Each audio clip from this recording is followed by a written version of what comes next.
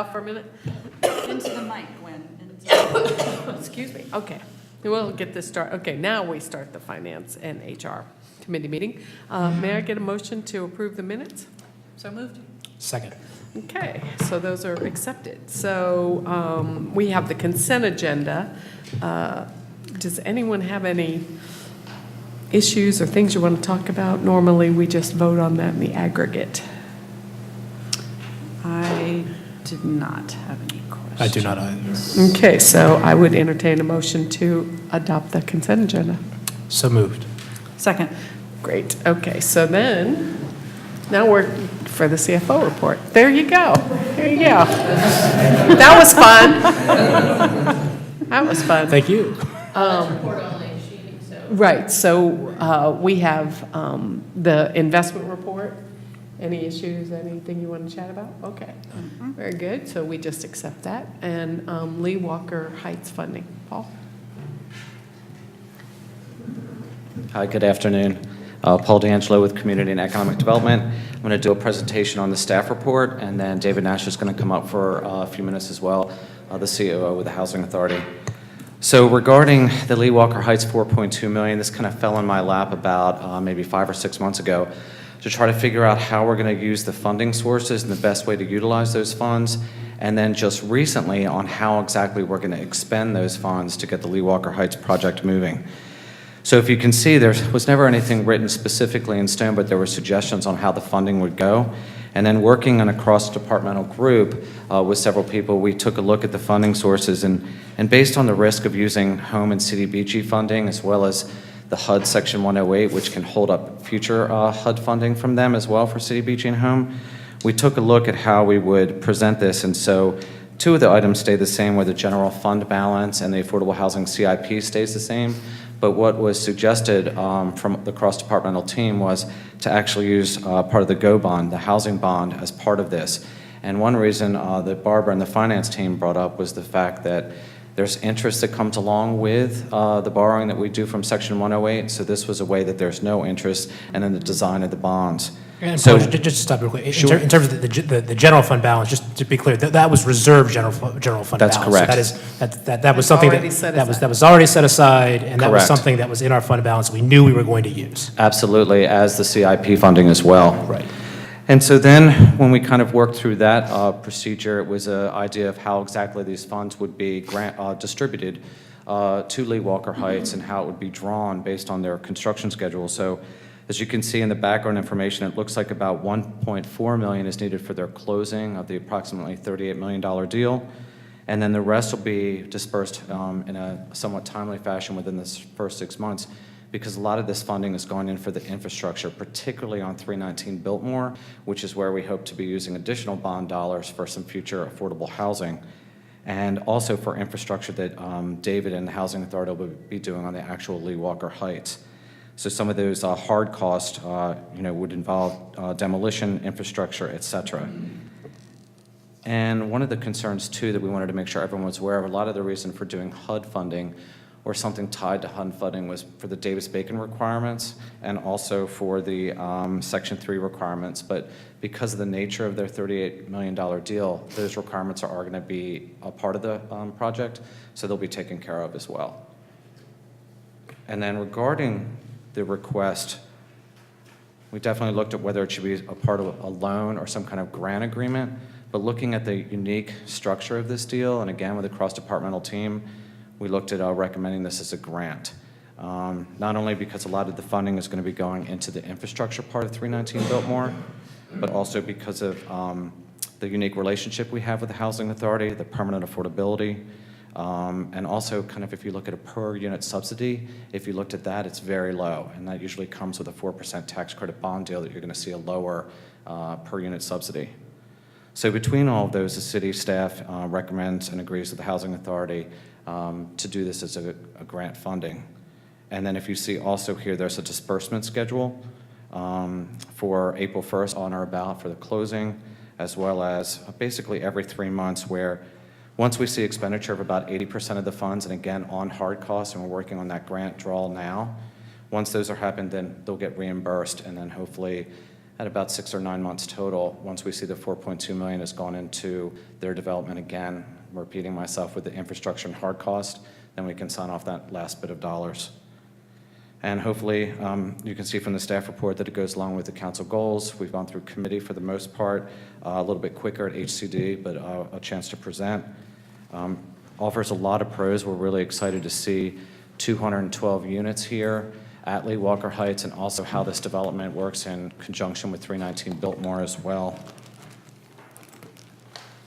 And the fiscal impact here, again, the 4.2, which is between the general fund, the CIP, and the GO bonds. And then I believe the 1.3 from general fund, as you had mentioned. And then we also have the disbursement schedule. So for staff, we would recommend that, staff recommends that council authorize the city manager to enter into a grant agreement with HACA for $4.2 million.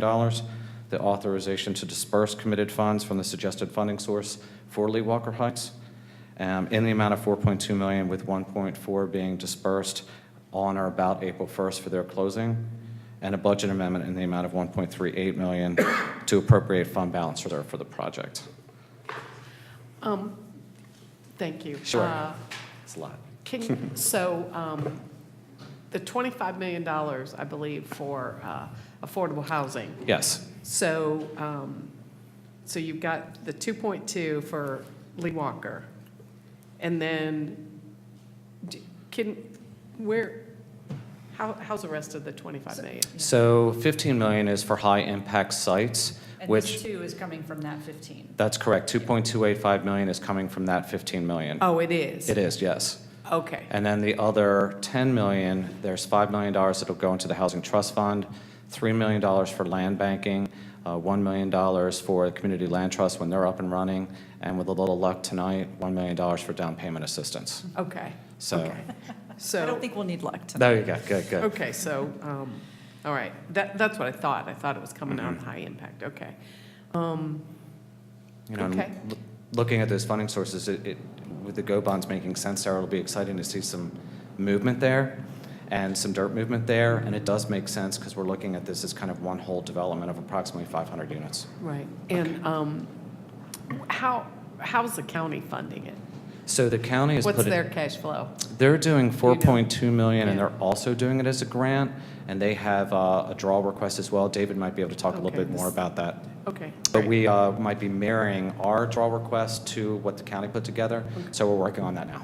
Okay, thanks, Paul. All right, thanks, I Glenn. think the only thing I would say is, because we have committed to use that 15 million on the high-impact sites, the memo, as I recall, said there was a $1.9 million figure that was going to be clearly for the infrastructure. I think you're exactly right, that we are looking at this as a little bit of unified development that's going to, get us 500 new units.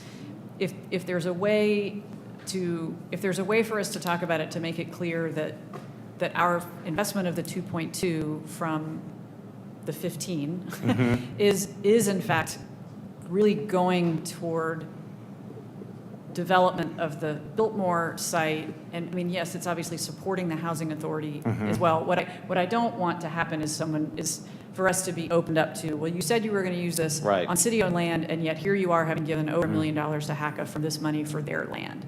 And so That's a great point. And I don't know how to say it, but well, I know that, again, the 1.9 is an estimate from the Housing Authority and their development partners, but Right. it is true that, basically, $2 million is going into that. So the money does work that way because Right. of the important infrastructure improvements that are Right. happen from their development. Right. That'll be so important to our success at 319 Biltmore. that's right. Right. Yeah. I just think That's a great idea. We think of it all together, but I think the general public probably doesn't think of it all together. They don't, because a lot of people just don't understand how it's all going to flow and work together. So That's a great the note. more I'll make often we that, Julie. can say that, the better. David, want to say a few words about Absolutely. that? Great.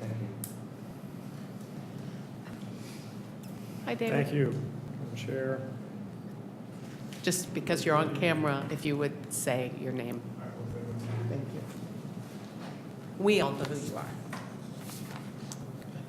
Wow, I'm I've Dave never seen Nash, this. Chief Operations, yes, you've seen this, but others may not have. I'm Chief Operations Officer of Asheville Housing Authority. I just want to make a quick point about what you were speaking of at the end there with Paul. I think based on our general contractor's estimate, 1.9 million will actually be spent on the City-owned. Matthews Ford city-owned property. But the extra 300,000 that will be spent up the hill will make that property on Biltmore Avenue much more valuable than it would be if it were developed with just the old public housing development right behind it. So I think there's a connection there that's fairly easy to make. We just need to say If you it. want to give us more general fund instead of the bond fund, that's fine too. Okay. You're funny. I just wanted, yes, thank you. It's an option. We'll take it. Yeah. So we tried to develop a master plan for the Lee Walker Heights project based on priorities established by the city in your consolidated affordable housing plan, and actually about 10 other city plans that have been published over the last 10 years or so. So in the plan, the consolidated plan, and the column on the left is taken from the consolidated plan, from the city's plan. The right is what we're doing to try to address those priorities. The first number one priority in the consolidated plan was to provide affordable rental housing for households earning 60% of median income or less. So we'll have 212 units total serving 60% of median income or less, with 96 of those units serving even deeper, probably closer to 20 or 30% of median income. You also asked us to prioritize developments that respond to the need for one-bedroom units and units for low-income, single-wage earner households with children. So this development will include 96 one-bedroom units, up from the total of 8 in the original Lee Walker development, and 84 two-bedroom units, which will address a lot of the single-parent families with small families. You asked us to prioritize development that provide rental housing for very low-income people and mixed-income developments.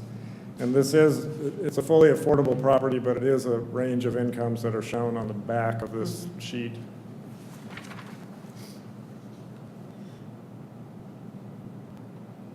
These are all jobs that were advertised on the internet in January of this year. There are some benchmarks that I'll explain. The first two are minimum wage part-time workers and retired or disabled SSI recipients. And those are there because that is kind of that's probably the largest group of housing authority residents fall into one of those two categories. And they earn less than $10,000 a year and can afford somewhere around $200 a month for rent. And then there are part-time positions advertised currently with the city and Buncombe County Schools. And this shows what their annual income would be.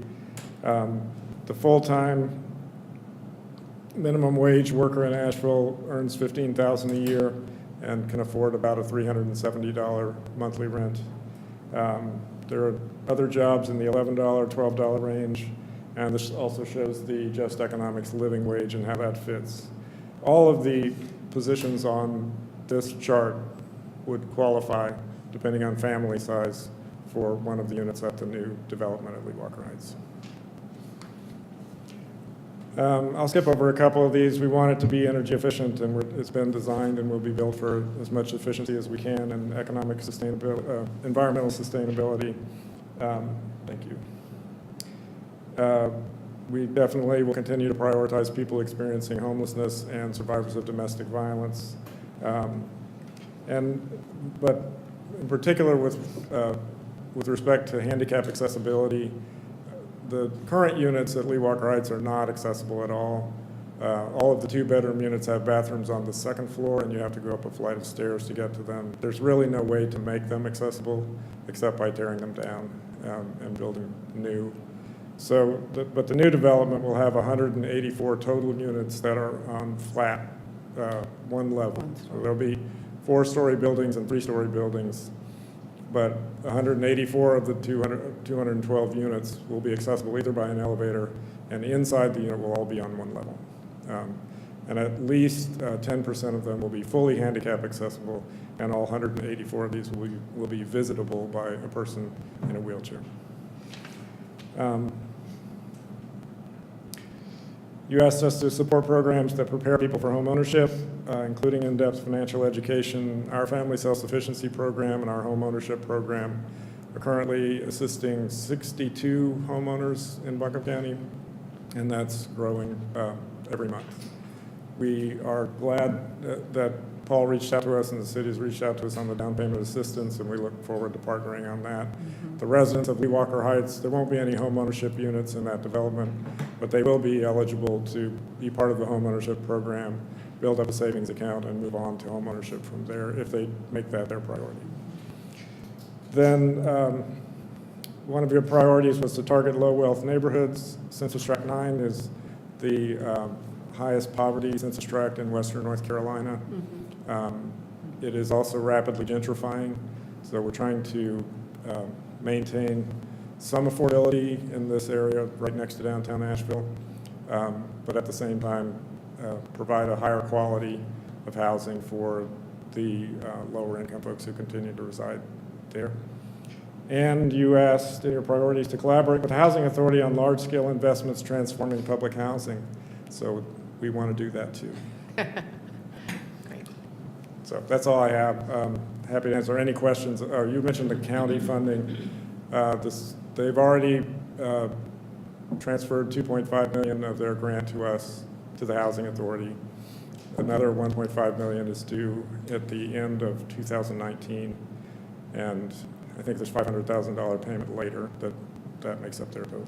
And are they just using general fund dollars? Or do you As know far where- as I know, Okay. they're not using any special pots of money that I know of. I think Okay. the commissioners appropriated it. So Okay. appropriated it from general funds. Great.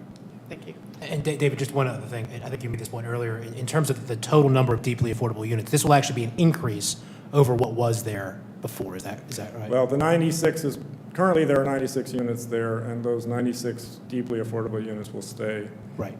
There could be an increase if other folks with vouchers move in, but that we're maintaining Okay. the same number of deeply affordable, so in the 20 to 30% of AMI Okay. units, But then the additional units will go up to up to 60%. Up to 60. Yeah, so it's still So it'll pretty. be, could potentially intended to be more of a mixed. It's income intended to community. be, to serve all of the income ranges on the chart. Right. And then our development, Paul, at 319 would be probably in the range of what, 60 to 80 is more like what we're looking for? I think right now we're going to do about 30% of those units at 60% AMI, or that's what our starting point as we're looking at how that subsidy is going to work for 319 Biltmore. Okay. But we're considering doing the 60% AMI, 30% of the units. Okay. So we are asking for the funds as a grant to the Housing Authority that we will then invest into the property. And I just wanted to make that clear too. You all For are the putting in record. 4.2 as well. And we are also putting 4.2 of our strategic investment funds in the project. So it's a total of 12.6 from the city, county, and the Housing Authority, about 12.8 million from the first mortgage, which will be guaranteed by HUD, and then somewhere around 14.5 million from the tax credit equity, which will be a private investor investing equity that they'll get their income from the property from the tax credits, the federal tax credits that they're allowed to take. Thank you. Okay. Okay, All right? great, thanks. Any other questions? Thank you very much, and thanks to everyone. Thanks to Paul and Kathy and everyone for supporting us as we go through this process. Yeah. Thank you. One question I had, this is for staff. Why is it a budget amendment? I mean, I thought that the general fund was already, It's reserved or assigned in fund balance, but it's not part of this year's budget. And, you know, it's been assigned for a couple of years because we Yeah. weren't sure of the timing, so we just left it in fund balance until it was needed. I see, so it's So we're just just bringing it in. but it's already been set aside and. Correct. Right. It won't affect unassigned fund balance. Right, okay, Nice. okay. So, do we need a motion, or? Do I we, don't really think so. does the memo say whether we need a motion? I can't tell because it had a problem loading more pages. Could somebody tell us whether we need a Doesn't say motion? we need a motion. if you want to recommend it on the council, perhaps. Yeah, We're I hoping mean- to have it on the, Are we contemplating it will go to council? Oh, the staff report. Okay. Well, it then has to let's go to just- council because it's a budget amendment. Well, so let's just, I make a motion that we recommend this mix of funding sources to the Housing Authority on the schedule listed in the memo and as a grant. Second. Great, okay, very good. When does this go to council? March 12th, next meeting. Okay, great, thank you. Okay, so I'm going to open it up to public comment. No, I see a public. I see a council. Okay, so meeting's adjourned. Thank you. Just in time. 9 minutes to spare. Did you give up, Mommy? Well, yeah, we figured.